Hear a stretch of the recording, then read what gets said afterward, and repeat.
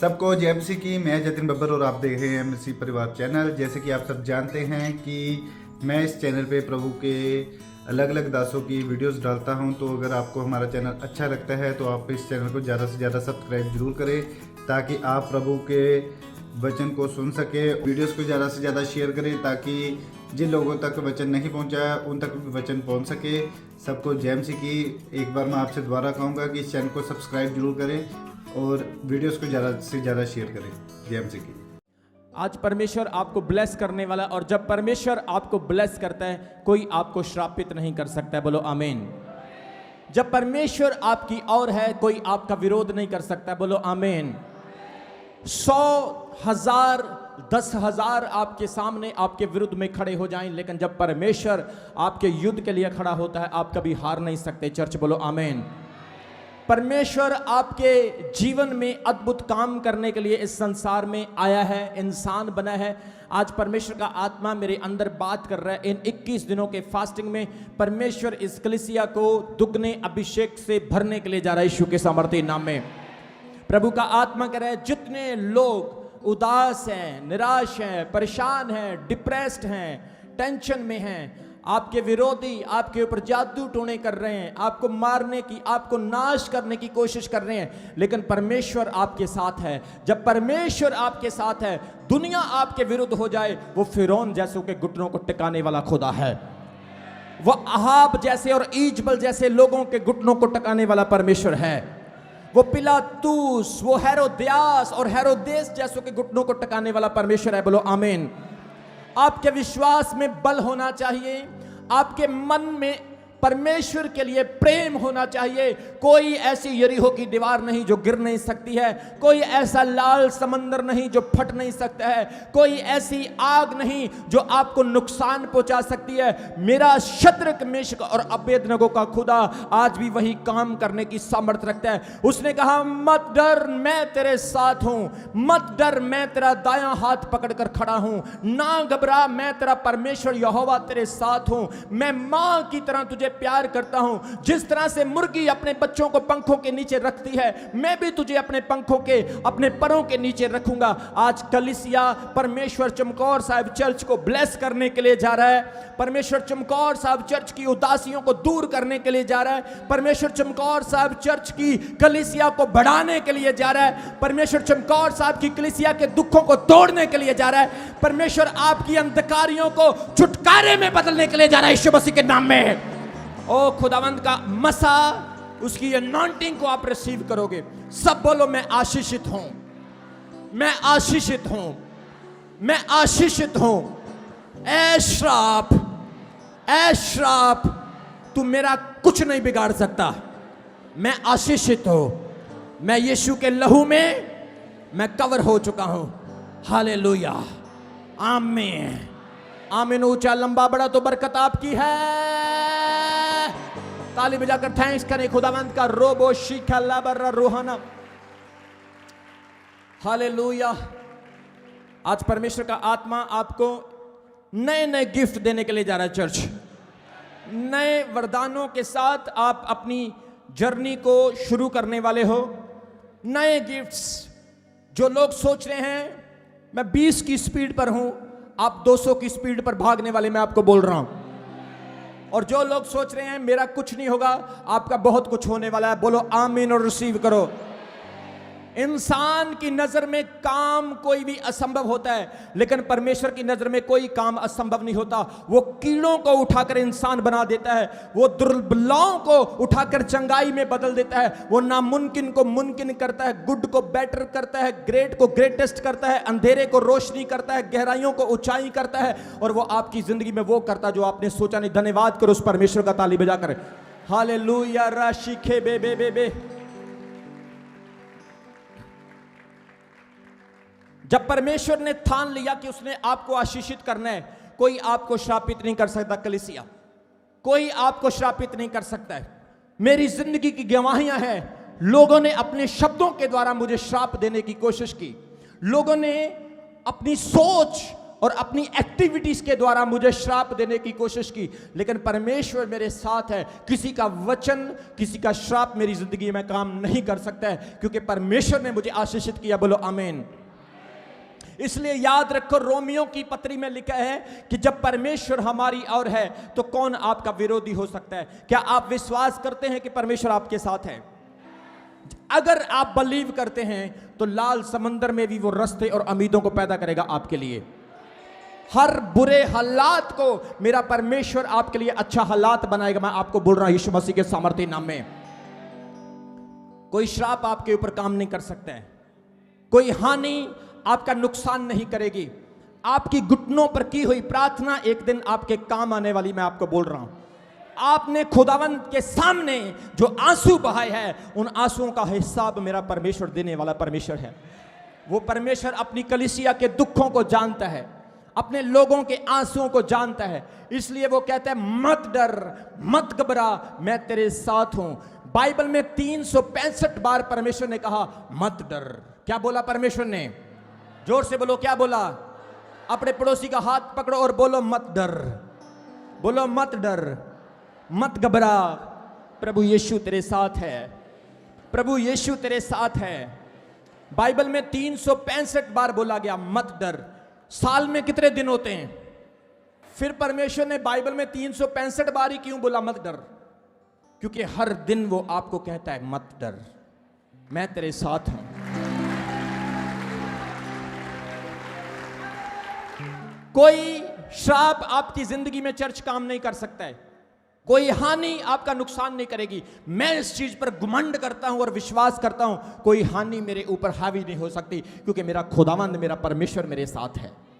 मेरा यीशु मसीह, जब मैं सोता हूं मेरे साथ रहता है, जब मैं उठता हूं मेरे साथ चलता है, जब मैं बोलता हूं मेरे साथ बोलता है, जब मैं प्रार्थना करता हूं मेरे साथ वो प्रार्थना करता है, जब मैं रोता हूं मेरे साथ वो रोता है, जब मैं हंसता हूं मेरे साथ वो हंसता है। मेरा परमेश्वर, मेरा यीशु आपके साथ भी सेम इसी तरह से काम कर रहा है। तारीफ करो उसकी।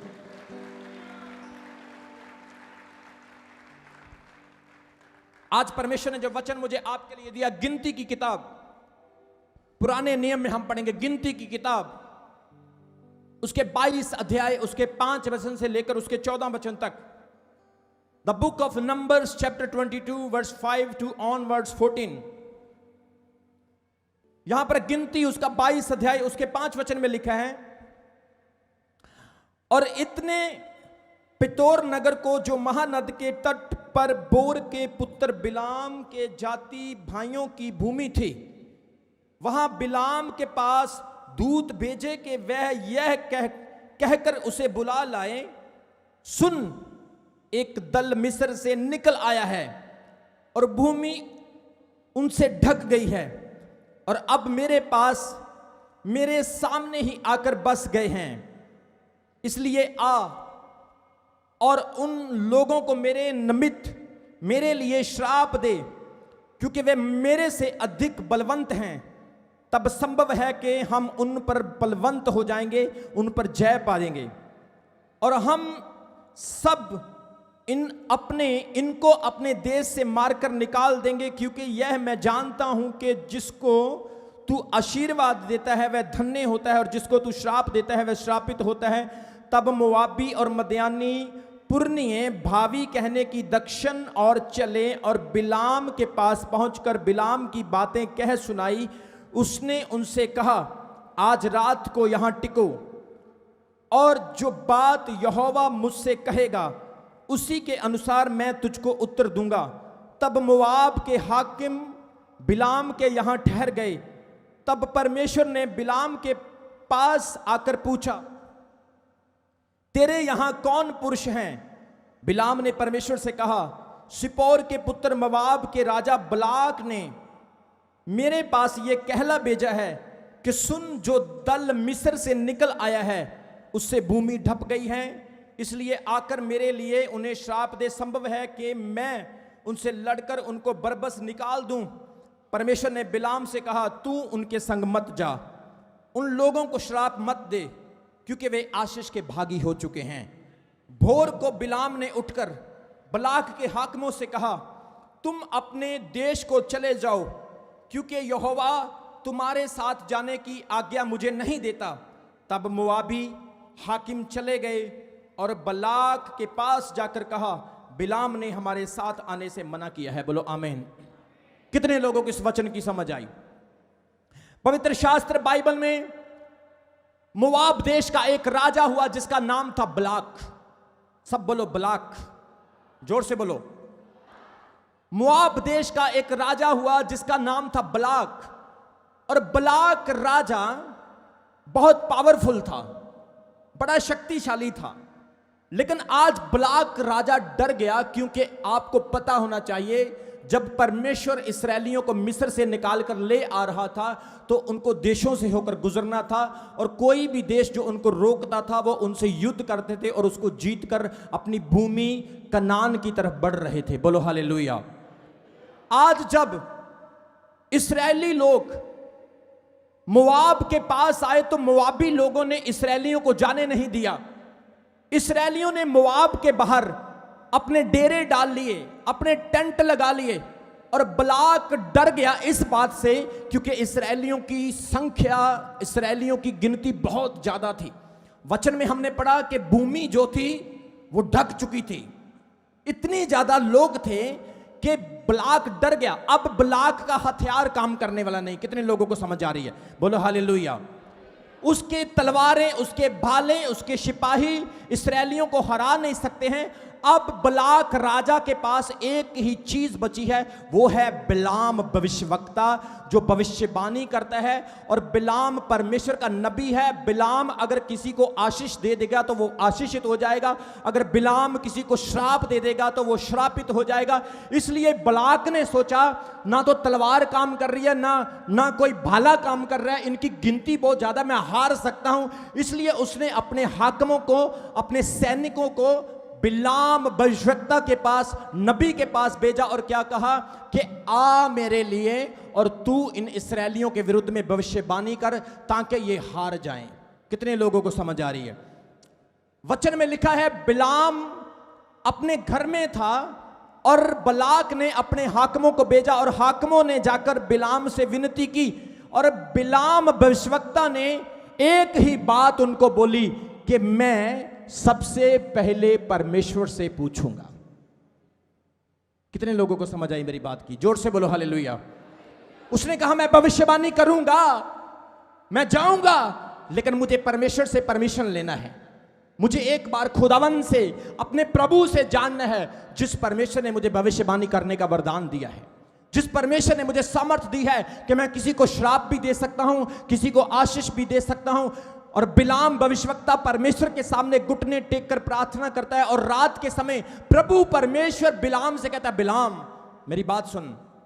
परमेश्वर की आवाज आज बिलाम सुन रहा है। बोलो हालेलुया। कितने लोग आज परमेश्वर की आवाज को सुनना चाहते हैं? मैं आपको बोल रहा हूं, इन 21 दिनों के फास्टिंग में रात को परमेश्वर आपसे डेफिनेटली बात करेगा, यीशु मसीह के नाम में। परमेश्वर ने बिलाम से कहा, सोचकर देखो किस तरह से परमेश्वर ने बिलाम को आवाज मारी होगी, बिलाम।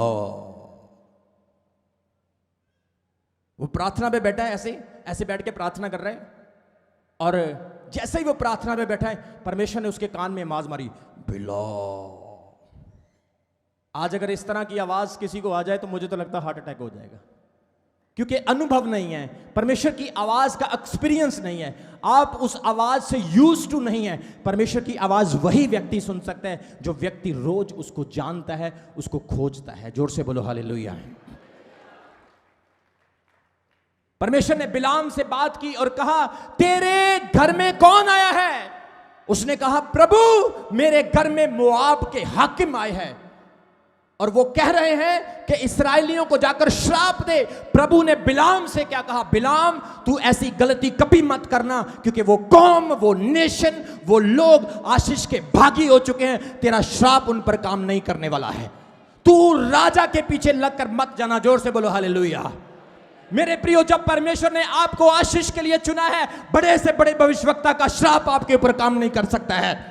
जब परमेश्वर ने आपको आशीष के लिए चुना है, कोई शैतान का तीर, कोई जादू टोना, कोई वैरी की शक्ति आपके ऊपर काम नहीं कर सकती है, क्योंकि आप वो कौम हैं, आप वो नेशन है, आप वो लोग हैं जो यीशु मसीह की क्रूस के द्वारा बचाए जा चुके हैं। ताली बजाकर थैंक्स करो परमेश्वर का, हालेलुया। परमेश्वर ने बिलाम से कहा तुम मत जाना, और बिलाम उठा और जाकर उसके हाकिमों को बोलने लगा, देखो मेरे परमेश्वर ने मुझे मना कर दिया, मैं अब नहीं जाऊंगा, मैं तुम्हारे साथ जाकर इस्राएलियों को कभी भी श्राप नहीं दे सकता हूं। बाइबल कहती है उसके हाकिम उदास होकर वापस मुड़ गए और उन्होंने अपने राजा बलाक को जाकर कहा कि बिलाम हमारे साथ आने के लिए तैयार नहीं हुआ। कितने लोगों को समझ आ रही वचन की? आज लोगों को छोटा सा वरदान मिल जाता है, वो उस वरदान को मिसयूज करना शुरू कर देते हैं। किसी को भविष्यवाणी का वरदान मिल जाता है, वो इधर उधर की भविष्यवाणियां मारना शुरू कर देते हैं। लेकिन बिलाम ऐसा भविष्यवक्ता नहीं था, वो परमेश्वर से डरने वाला था और हर काम प्रभु की इजाजत लेकर करने वाला था। आज जब आप परमेश्वर की परमिशन लेकर चलेंगे, परमेश्वर आपको हर मोड़ पर जीत देगा यीशु मसीह के सामर्थ्य नाम में। पतरस ने यीशु मसीह को क्या कहा? प्रभु मैं भी इस पानी पर चलना चाहता हूं। पतरस आपके और मेरे जैसा नहीं था कि उसने जंप लगाया और पानी पर चलना स्टार्ट कर दिया। उसने पहले परमिशन ली, प्रभु मुझे अनुमति दे, मुझे परमिशन दे, मैं भी इस पानी पर चलना चाहता हूं। आज परमेश्वर से मांगे, प्रभु मैं अपने कर्ज के ऊपर चलना चाहता हूं, मैं अपनी बीमारी को हराना चाहता हूं, मैं अपने सर्कमस्टेंसेस को हराना चाहता हूं, मैं अपने परिवार में दुखी हूं, प्रभु मुझे तेरी अनुमति चाहिए, मैं क्या करूं मुझे बता। कितने लोगों को समझ आ रही वचन की? बिलाम ने रात के समय परमेश्वर से पूछा, प्रभु मैं क्या करूं? उसने कहा तू श्राप मत देना। बलाक राजा उदास हो गया। उसने दूसरी बार अपने प्रतिष्ठ, अपने अच्छे वाले हाकिमों को भेजा और उनको जाकर बोला अब तुम क्या करना? बिलाम भविष्यवक्ता को कहना हम तुझे सोना देंगे, चांदी देंगे, दौलत देंगे, पैसा देंगे, जा और इस्राएल के विरुद्ध में भविष्यवाणी कर। फिर वो गए, फिर बिलाम से कहा, बिलाम ने फिर यही बात कही, हां मैं परमेश्वर के सामने घुटने टेकूंगा और प्रार्थना करूंगा। दूसरी बार वो फिर प्रार्थना करता है और फिर परमेश्वर उसे क्या कहता है? अब तू उनके साथ जा। कितने लोगों को समझ आ रही है?